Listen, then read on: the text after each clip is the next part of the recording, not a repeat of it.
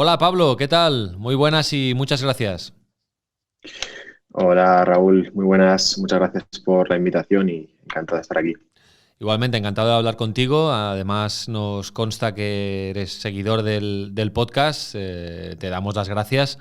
Y bueno, vamos a empezar. Si eres oyente del podcast, sabes que siempre empezamos un poco contextualizando, presentando al invitado y me gusta que el invitado se presente solo, ¿no? Que nos haga su carta de presentación, que nos muestre su DNI, ¿no? De entrada, quiero destacar que eres muy joven, Pablo. ¿Cuántos años tienes? Bueno, te agradezco que también me consideres joven. Yo tengo una crisis existencial con eso. Tengo ahora 26 años, cumplo 27 y yo creo que desde que tengo más cerca los 30 que los 20 Bueno, bueno, empiezo a tener todo. sí, todavía te queda. Hay gente que tiene más cerca los 50 que los 40, o sea que no, no, no. Fuera crisis Sí. existencial. Bueno, eres joven, lo confirmo. Y bueno, explícanos cuál es tu formación y cómo has llegado a StatsBomb. ¿Cuál ha sido un poco tu trayectoria? Bueno, o sea, mi trayectoria ha sido curiosa porque yo estoy ahora mismo en una empresa que se dedica a la tecnología en fútbol. Y la mayoría de personas que tenemos dentro de la empresa, el perfil es siempre muy técnico y muy tecnológico, siempre proveniendo de la parte o bien de otras industrias o bien directamente de la universidad, de investigación y tal. Mi camino es totalmente opuesto. Yo siempre he trabajado en fútbol. De hecho, desde muy joven empecé bueno, en clubes de fútbol base en Vizcaya, yo soy de Bilbao. Estuve primero en el Danokwad, que es quizás ahí el club de referencia, y después estuve en el Arenas, el club de Guecho, que también es un club de referencia en lo que es fútbol base y no fútbol base, una Copa del Rey ya en sus años. También siempre he tenido yo creo que un interés, porque esto es previo incluso a cualquier tipo de formación, por toda la parte científica y sobre todo me gustaba mucho la física y las matemáticas. Y después ya cuando empecé con el tema de fútbol me metí un poco más en estadística por tema de investigaciones, por tema de lectura científica. Y en mi época en el Arenas tuve la inmensa suerte de conocer sobre todo a dos, tres personas que para mí me cambiaron totalmente, no solo mi experiencia laboral y mi experiencia profesional, sino también cómo ver el mundo en general, ¿no? Uno de ellos es Ignacio Palacios Huerta. Ignacio Palacios Huerta es profesor de la London School of Economics y él probablemente no le vaya a gustar que diga esto, pero yo creo que es una de las mayores referencias en el tema de datos y además uno de los pioneros en fútbol. A él digo que no le va a gustar porque él siempre le gusta tener un perfil muy bajo, pero él para mí es una absoluta referencia. Y le conocí por casualidad mientras trabajamos en Arenas. Él estaba en ese momento en la junta directiva del Athletic Club. Y para mí me abrió todo un mundo de posibilidades de lo que se estaba haciendo a nivel de datos. Sobre todo él también es experto en econometría, probablemente sea uno de los mayores económetras del mundo. Y bueno, me enseñó, eh, yo creo que una perspectiva diferente de enfocar lo que estaba viendo yo de una manera mucho más old school. Y esto de old school también lo digo porque otras dos personas que conocí que también me ayudaron muchísimo en mi formación y quizás en mi proyección como persona que se quería dedicar al fútbol fueron, en este caso, José Manuel Sevillano y Eli, que también les quiero mencionar porque no me quiero olvidar de ellos, que en ese momento ellos trabajaban en el departamento de captación del Athletic y lo mismo.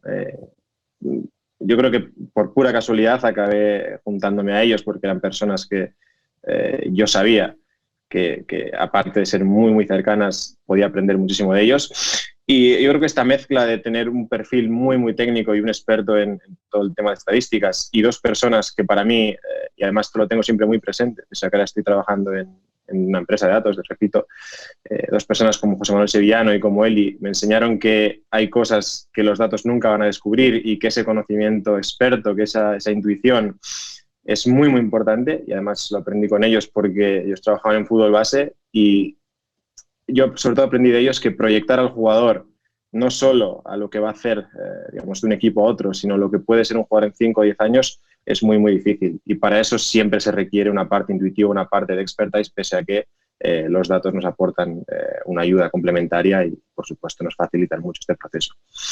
A partir de ahí, yo comencé a trabajar en clubes de Inglaterra, estuve en el Barnsley, ahí fue donde además conocí a a las personas que en este momento son mis compañeros y mis jefes que después me contrataron, porque ellos eran parte del departamento de scouting del Barnsley.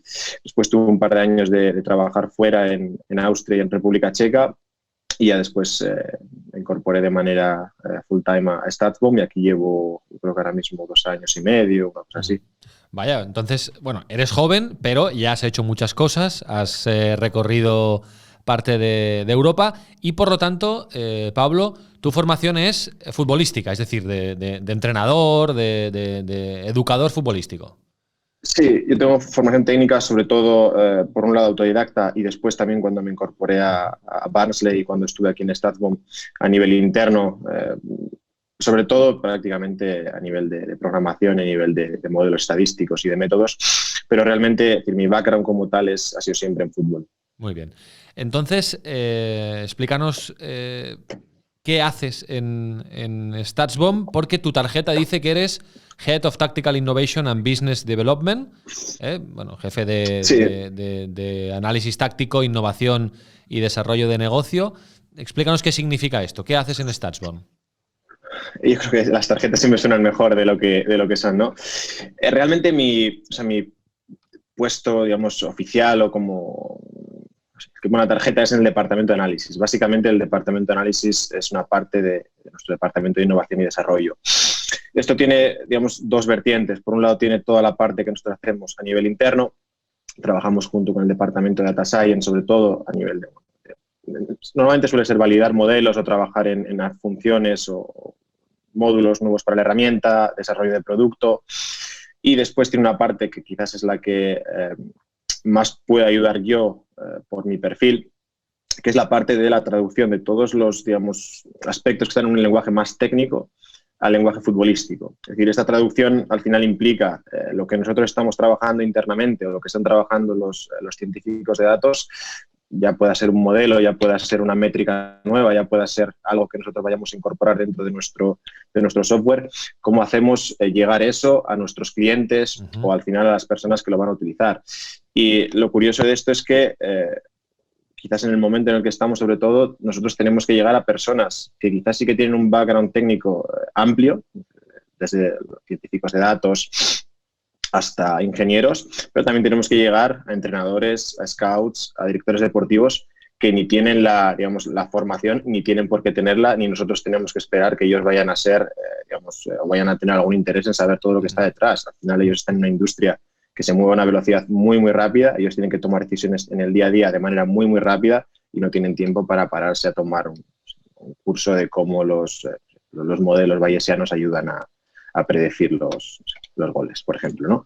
Entonces, esa es una de las partes. Y por otro lado, también hacemos el proceso inverso. Es decir, nosotros trabajamos estamos en torno a 80, 90 clientes.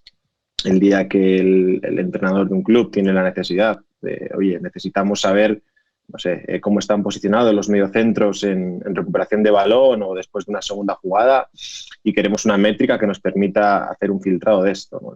¿Cómo podemos encontrar a los mediocentros que están mejor posicionados para una segunda jugada? Esto, al final, el lenguaje futbolístico después se tiene que traducir a un lenguaje más técnico para nosotros, o bien en departamento de análisis o bien en investigación y desarrollo, hacer algo que nos pueda ayudar a este tipo de cosas. Yo creo que estas son más o menos las 2 tareas fundamentales, es decir, por un lado de cara afuera, esta traducción, y por otro lado internamente, pues la validación de modelos. Sí, sí, un enlace, ¿no? Entre la parte más científica y la parte futbolística, ¿no? Masticar los datos, masticar las conclusiones, y al revés, ¿no? Cuando hay una necesidad desde la parte futbolística, poder trasladarla a la parte más técnica, ¿no? Más tecnológica, más científica para darle salida, ¿no? Entendido. Ahora vamos a explicar qué hace. Yo lo he explicado en la presentación, pero vamos a explicar con tus palabras a qué se dedica StatsBomb. Y ya también vamos a ir un poco atrás y cómo nace la idea, cómo se desarrolla la idea de StatsBomb, que al final nace todo de una web, ¿no? En 2013, que parece que haga muchos años, una web de datos futbolísticos, es el germen, ¿no? Es el origen de StatsBomb. Sí, esto además es muy curioso porque precisamente coincide en el tiempo cuando yo comencé en Arenas. Entonces, yo en ese momento estaba un poco huérfano de no sé, de algo más allá de lo que había, porque en ese momento prácticamente todo lo que había, digamos, en un ámbito científico era todo lo que se publicaba en revistas, en Journal of Sports Science, etcétera, etcétera. Pero eso para mí se me quedaba un poco corto por razones que no vienen al caso, y por otro lado veía que no era muy aplicable. Entonces yo de algún modo, después de conocer a Ignacio, llego a un par de webs muy pequeñas en ese momento, eran blogs. Digo StatsBomb porque trabajo aquí, pero probablemente también hubiera alguna otra que me estoy dejando, ¿no?, de citar. Y en ese momento yo veo que ellos están haciendo cosas que realmente, o sea, no había visto en ningún otro sitio, que tenían mucho sentido a nivel intuitivo y que además veía que la aplicación era inmediata, ¿no?, en ese momento. Bueno, pues desde los ratios de tiros hasta modelos de pases progresivos, etcétera, etcétera. Entonces, yo, digamos, que he tenido la gran fortuna de descubrir en el momento, digamos, germinal, cuando empezaban todos estos blogs, todas estas webs, y seguir toda esa progresión y poder, digamos, ir viendo cómo avanza.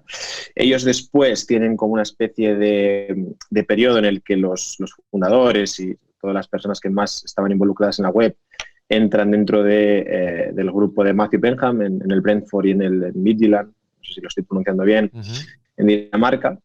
Después de ese periodo, ellos fundan, digamos, StatsBomb como consultoría en ese momento. Es decir, en ese momento están, digamos, en la parte final de el proceso de uso de datos, es decir, en la parte de recomendar. Y, digamos, de manera gradual ellos van dando pasos hacia atrás. Es decir, no solo vamos a recomendar, sino que también vamos a dar la opción de tener una herramienta de software que permita a los propios clientes, en este caso, utilizar nuestros modelos, utilizar nuestras visualizaciones. Y el último paso, digamos, hacia atrás en este caso es no solo procesar los datos, sino recoger nuestros propios datos. Esto implica, digamos, un cambio en el modelo de negocio, ¿no? Pasamos de ser una consultoría a ser una empresa de tecnología con un modelo SaaS, que al final es un modelo de suscripción recurrente en el cual los usuarios pagan una suscripción por acceder a un servicio de software y a una base de datos, a un feed de datos. Esto es, digamos, el paso gradual que ha hecho StatsBomb y que al final nos ha llevado a que la empresa sea probablemente la líder ahora mismo en fútbol profesional, en proveedor de datos, proveedor de soluciones de software. Está muy bien, perdona Pablo, está muy bien el periodo, ¿no? Es decir, el origen lo situamos en 2013 con una web de datos futbolísticos, ¿no?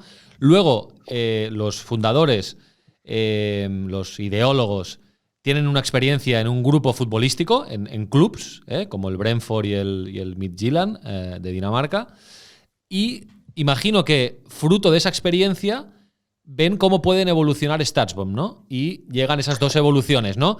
No solo consultoría y procesar datos, sino software, ofrecer la herramienta de software a los clubs y, además, otro paso más, ser ellos mismos los que recogen los datos, ¿no? Exactamente. Y esto, es decir, no solo tiene razones comerciales, obviamente un modelo SaaS tiene muchísima más proyección comercial que un modelo de consultoría por razones obvias, sino que también tiene, yo creo, razones, diría, de conocimiento, ¿no?, de know-how. Es decir, tú al final, cuando ya has estado en la parte que es el cliente, que es al final el club, porque tú has sido parte de esos, digamos, de esos usuarios de los datos, también has sido los que has generado los modelos, por tanto has tenido que trabajar con datos que te provee un tercero, sabes los errores, es decir, sabes los problemas, sabes las limitaciones, sabes dónde está el potencial de mercado y después vas atrás y tú puedes volver a empezar, digamos, sin cometer esos errores o, digamos, cumpliendo las necesidades que tú crees que dejabas sin cumplir el producto que había anteriormente. Si a eso le sumas un equipo técnico excelente que al final consigue que con equipo técnico y también equipo humano, no quiero olvidar, consigue que con modelos de computer vision pues puedas tener los datos más precisos y los datos más detallados, que puedas además ampliar la cobertura que tienes para doblar al proveedor que en ese momento estabas utilizando, pues yo creo que es un proceso que quizás en este momento se ve mucho más racional de lo que parecía en ese momento. Lo normal era quedarte como consultoría o quedarte como solución de software. Es decir, nadie en ningún momento se hubiera planteado ponerte a recoger todos tus datos, pero a día de hoy esto es nuestra gran fortaleza, ¿no? ¿Es una empresa grande, StatsBomb? ¿Sois muchos trabajadores, Pablo? Sí, ahora mismo, además, cada vez más. Es decir, todo esto que hemos hablado, al final yo me muevo entre departamentos, para mí a día de hoy es una locura, porque yo cuando empecé hace 2 años y medio, literalmente tenía que hablar con 2 o 3 personas. A día de hoy, entre Customer Success, entre análisis, Data Science, ventas, probablemente en el día a día tenga que trabajar con 20, 30 personas. Creo que ahora mismo estamos en la parte europea y norteamericana en torno a 60, 70 personas y en Egipto probablemente tengamos en torno a 200, 250 personas. ¿En Egipto? Sí, nosotros en Egipto tenemos una parte de tecnología, una parte también de computer vision y también tenemos el centro de recolección. Ah, muy bien. Es decir, que Egipto es una localización importante para StatsBomb, ¿no?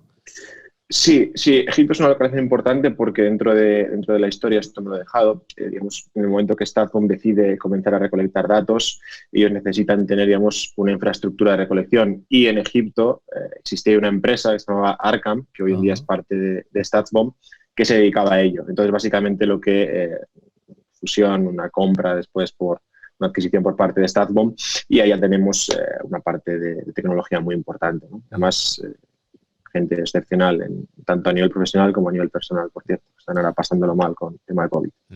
A nivel de facturación no podemos dar cifras, no son públicas, pero sí que nos puedes decir cómo vais, ¿no? Sí, este ha sido el tercer año que hemos triplicado facturación y además para nosotros esto ha sido totalmente inesperado y todo este crecimiento que estamos teniendo ahora está siendo para adaptarnos a un crecimiento que no nos esperábamos y que ha venido en una época en la que probablemente nadie se esperaba, ¿no?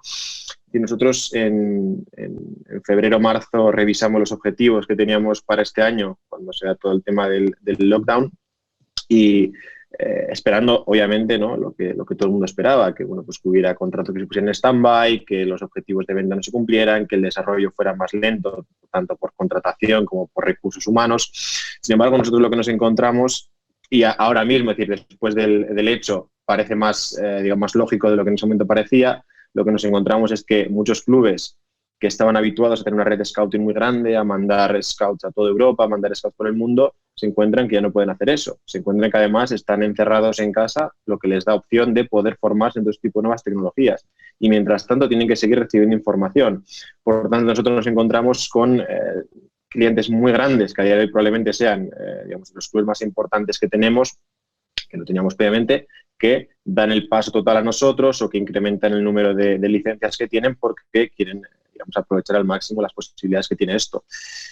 Y ya digo que ahora mismo esto parece más lógico de lo que nos parecía en ese momento, ¿no? Yo personalmente soy bastante pesimista y yo creía que todavía no estábamos en el momento en el cual esto era visto ya como algo necesario, ¿no? Yo creía que todavía estábamos en un punto en el que esto iba a llegar, pero creía que el COVID lo iba a retrasar quizás un par de años y por fortuna, pues bueno, no ha sido así, ha ocurrido lo opuesto, ¿no? Y lo acelerado. Sí, ha sido lo contrario. Antes comentabas que tenéis ya casi un centenar de clientes.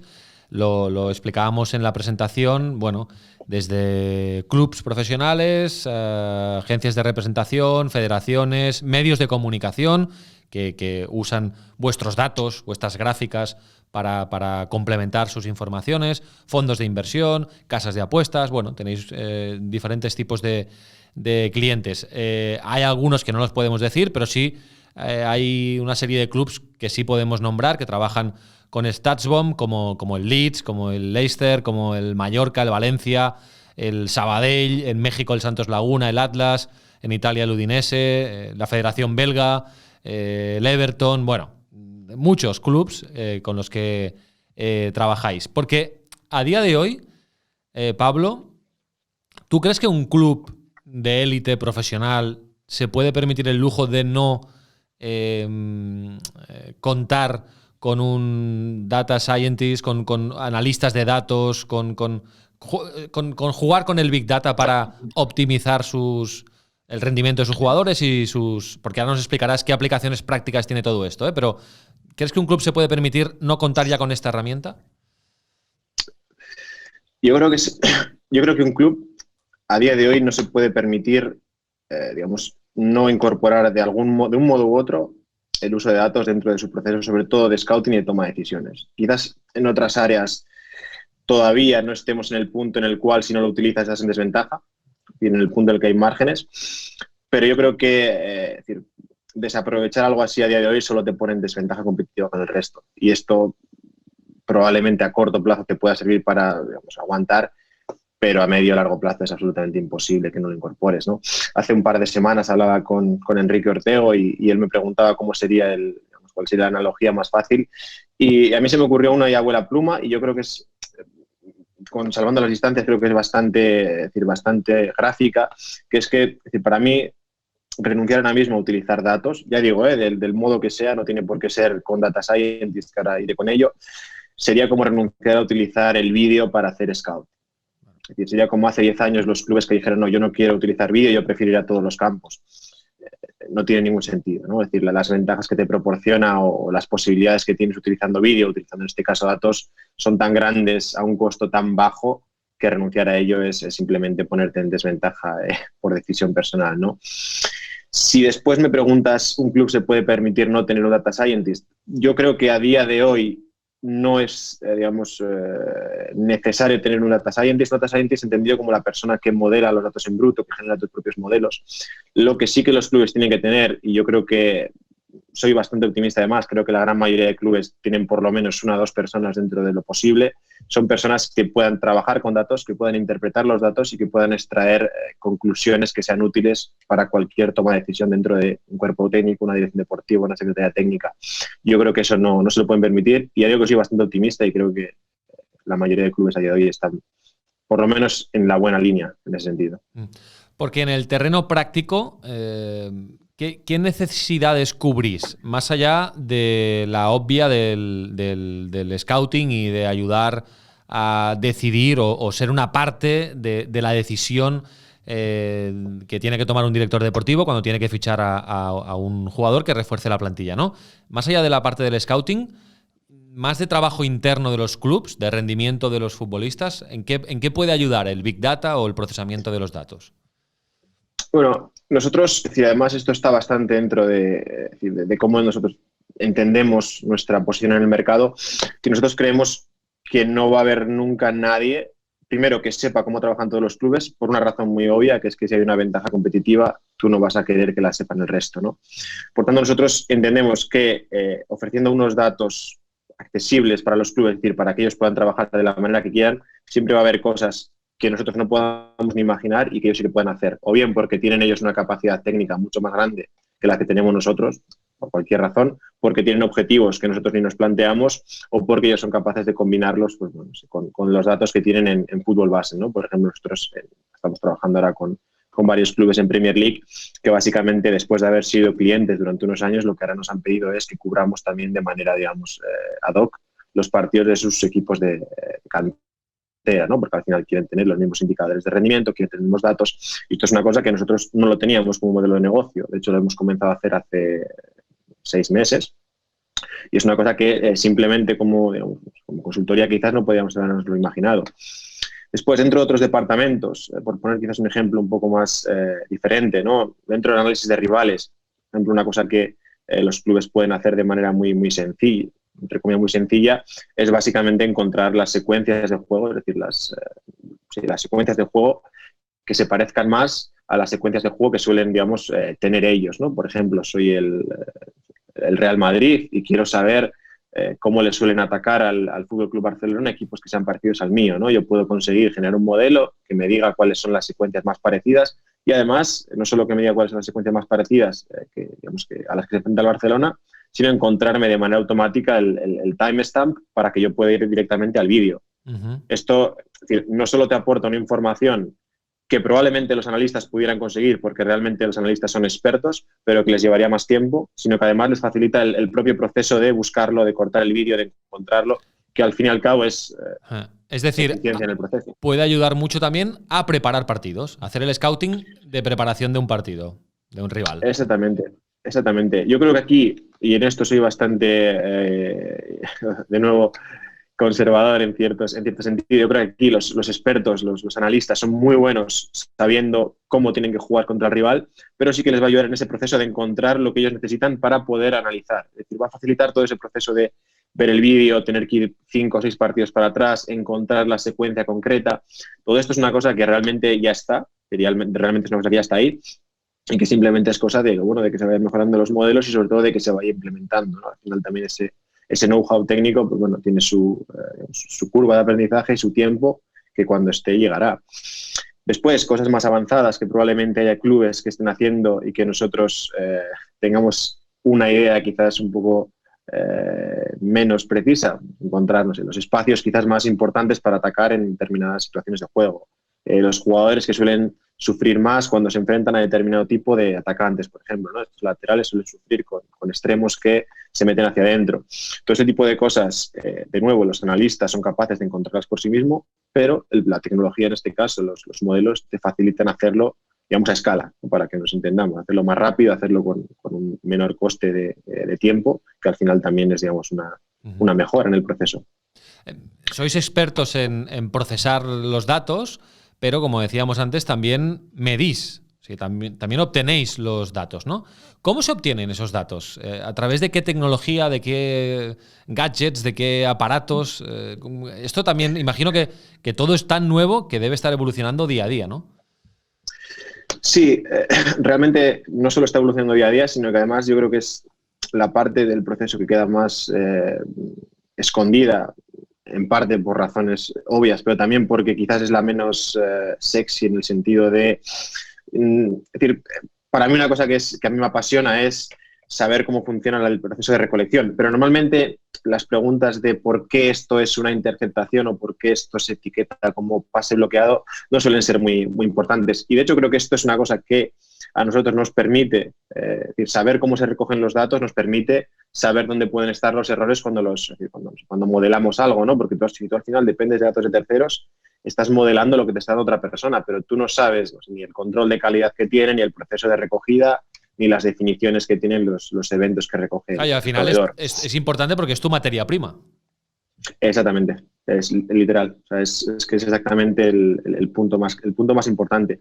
Ya digo que normalmente cuando hablo con clubes y tal, hay que recalcarles mucho esto porque, de nuevo, entiendo que ellos no son, digamos, o no tienen por qué preocuparse de cómo se recogen, pero sí que les recalcamos mucho que al final nosotros recogemos nuestros datos. Cuando nosotros trabajamos en un modelo de responsabilidad defensiva, de presión, nosotros sabemos qué estamos utilizando para ese modelo. Es decir, sabemos a lo que llamamos presión, sabemos a lo que llamamos interceptación y sabemos que puede haber algo que tú estés considerando como presión y que yo no, y yo te puedo dar la respuesta o te puedo incluso cambiar, digamos, la manera de procesarlo para que se ajuste a lo que tú quieres. Y eso solo lo puedo hacer porque la recolección es mía.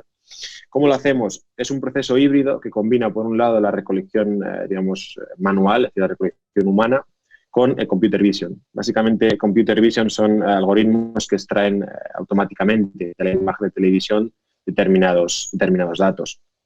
Nosotros trabajamos a día de hoy estrictamente con datos de evento, que son, digamos, por hacer un resumen rápido, suele haber datos de evento que son acciones que suceden en el juego, que tienen, digamos, determinadas variables, el tiempo, el lugar en el que sucede, y bueno, después el detalle que cada proveedor tenga. Nosotros llegamos hasta el detalle de el pie con el que se realiza cada pase, por ejemplo, ¿no? Que es una cosa que realmente no tiene nada de sofisticado, es decir, no es un modelo súper sofisticado, pero recoger el pie con el que un jugador hace los pases es una cosa que a nivel futbolístico tiene mucha importancia, ¿no? Este medio centro juega el 55% de sus pases con la derecha y el 45% con la izquierda, pero con la derecha tiene un 70% de precisión y con la izquierda tiene un 86%, ¿no? Esto, ya digo, sin procesar en absoluto nada, ya te aporta una perspectiva nueva, una perspectiva importante a nivel de análisis de juego que no tienes si no tienes esa información.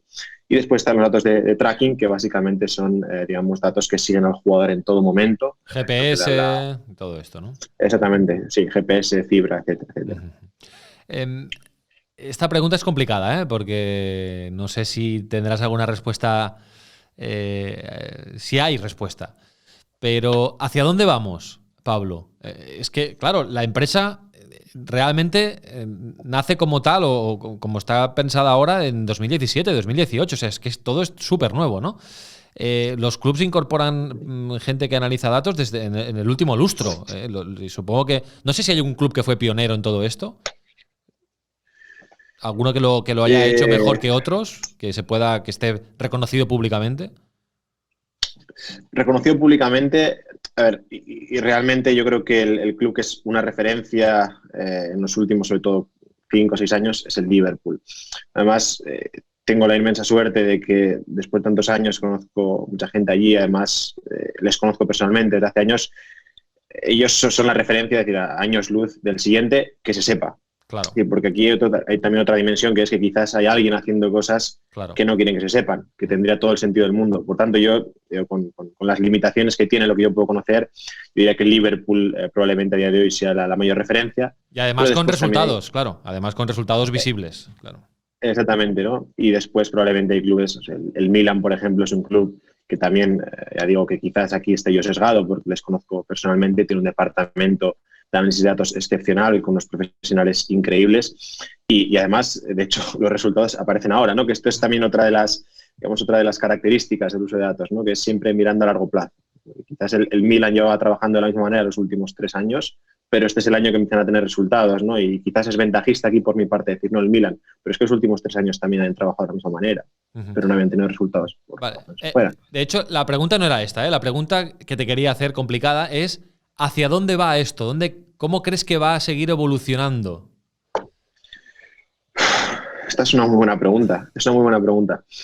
Yo creo que a nivel técnico la evolución más evidente que veo es a una integración de lo que son datos, digamos, de evento con otro tipo de datos, sobre todo de tracking. Es decir, básicamente una integración en la cual se pueda trabajar con ambos, con ambos feeds de datos de manera combinada, de manera conjunta y sobre todo hacerlo escalable. Y ya dejando a un lado la parte técnica, yo creo que vamos a ir hacia una integración de lo que ahora mismo llamaríamos quizás, no sé, scouts tradicionales o expertos, porque yo los llamo expertos en expertos, con, personas que vienen quizás con un background más técnico. Es decir, yo creo que los departamentos de scouting, las secretarías técnicas, los staffs de los cuerpos técnicos van a tender a que haya una integración entre personas que combinen, el skill set que puede tener una persona con un background técnico con el skill set que puede tener un experto. Y esto además es esperable porque lo estamos viendo o lo hemos venido viendo en todos los deportes que han ido, años por delante, ¿no? Ya sea el baloncesto, sea el béisbol, quizás es el deporte principal en el que sucedió, fútbol americano o hockey, por ejemplo, ¿no? O sea, esa es un poco mi idea. ¿Hacia dónde más puedo ir? No lo sé, porque yo cuando empecé con esto, también lo quiero admitir públicamente, cuando yo empecé con esto en 2013-2014, ni en mis mejores sueños, ni en mi perspectiva más optimista hubiera imaginado nunca que en 7, 8 años estuvieran las cosas en el punto en el que están. Es decir, yo en ese momento, estos 20, 30 años, una cosa así, jamás esperaba vivir de ello para que nos podamos entender. Sí. Bueno, esto pasa con la tecnología, ¿no? Que el desarrollo, la evolución es exponencial y es imposible hacer predicciones. Bueno, vamos a acabar, Pablo, hablando de la NFL, que, bueno, los deportes americanos, el béisbol o el fútbol americano son los pioneros, ¿no? En la materia de Big Data. También es verdad que son deportes donde hay muchas más jugadas de estrategia, sobre todo el fútbol americano, no tanto el béisbol, pero que no el fútbol, donde que parece que sea un deporte como más espontáneo, como más de talento, que no hay pausas para hacer jugadas de estrategia, que también las hay, por supuesto, sobre todo a balón parado, ¿no? Pero, bueno, total, que vamos a hablar de la NFL porque lo tenéis marcado como objetivo, ¿no? En StatsBomb para entrar en ese mercado y aportar vuestro know-how también en la NFL, ¿no? Sí, yo creo que, es decir, las razones comerciales son obvias. El mercado de Estados Unidos es muy grande, no solo NFL, sino también todo el fútbol americano universitario es un mercado muy importante. Diversificar de nuevo, por razones comerciales es interesante. Y básicamente nuestra idea es la misma, ¿no? Entendemos que hay ahora mismo un nicho de mercado en ofrecer mejores datos de lo que se ofrece actualmente. Y la idea va a ser la misma, combinar la tecnología de Computer Vision, combinarla con el know-how de las personas que tenemos trabajando en fútbol americano y de algunas personas que todavía no podemos desvelar, pero que también incorporaremos para cubrir las necesidades en el tema de los datos que se utilizan en el fútbol americano, ¿no? Yo creo que realmente lo positivo es que una vez que tenemos el know-how de cómo se trabaja no solo en recolección, en control de calidad y en tecnología de Computer Vision, en un deporte lo podemos aplicar a otro, sino que además esto nos va a permitir, saber qué expectativas podemos tener en un producto como el nuestro en el fútbol, es decir, el nuestro en el europeo, en los próximos años. Porque si bien es cierto que nosotros vamos a entrar en el fútbol americano, como tú muy bien has dicho, lleva muchos más años trabajando con datos. Por tanto, eso puede ser para nosotros, paradójicamente, la referencia y el espejo en el que mirarnos para saber qué esperar en Europa o en el fútbol europeo o en el soccer allí, ¿no? Entonces, yo creo que es muy interesante. Tengo que admitir que no es absolutamente nada de fútbol americano. O sea, esto para mí es totalmente diferente. De hecho, ahora tenemos de vez en cuando reuniones en las que nos van explicando las reglas y tal. Poco a poco. Muy bien. Perfecto. Y acabo con una última pregunta. ¿Tú crees que tú que vienes del mundo del fútbol, además, y que eres muy futbolero, que el Big Data está cambiando al fútbol o cambiará al fútbol? ¿O tendrá tanta incidencia que cambiará de alguna manera la manera de jugar a fútbol? ¿O no nos pasemos, no nos flipemos tampoco? Yo creo que en términos de negocio, en términos de toma de decisión, de estructuras de clubes, de manera de proceder, seguro que lo cambiará y casi me aventuraría a decir que ya lo está cambiando.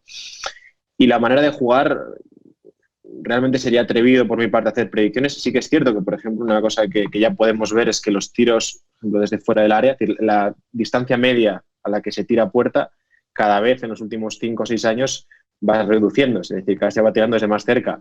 Y esto, casualidad o no, es, digamos, una de las primeras verdades que se encontraron cuando se desarrollaron modelos de goles esperados, que es que los goles, que los tiros de fuera del área eran muy ineficientes y que cuanto más dentro del área, la probabilidad de gol era mucho mayor, que parece perogrullo, pero realmente es una cosa que tampoco ha sido tan obvia hasta hace poco.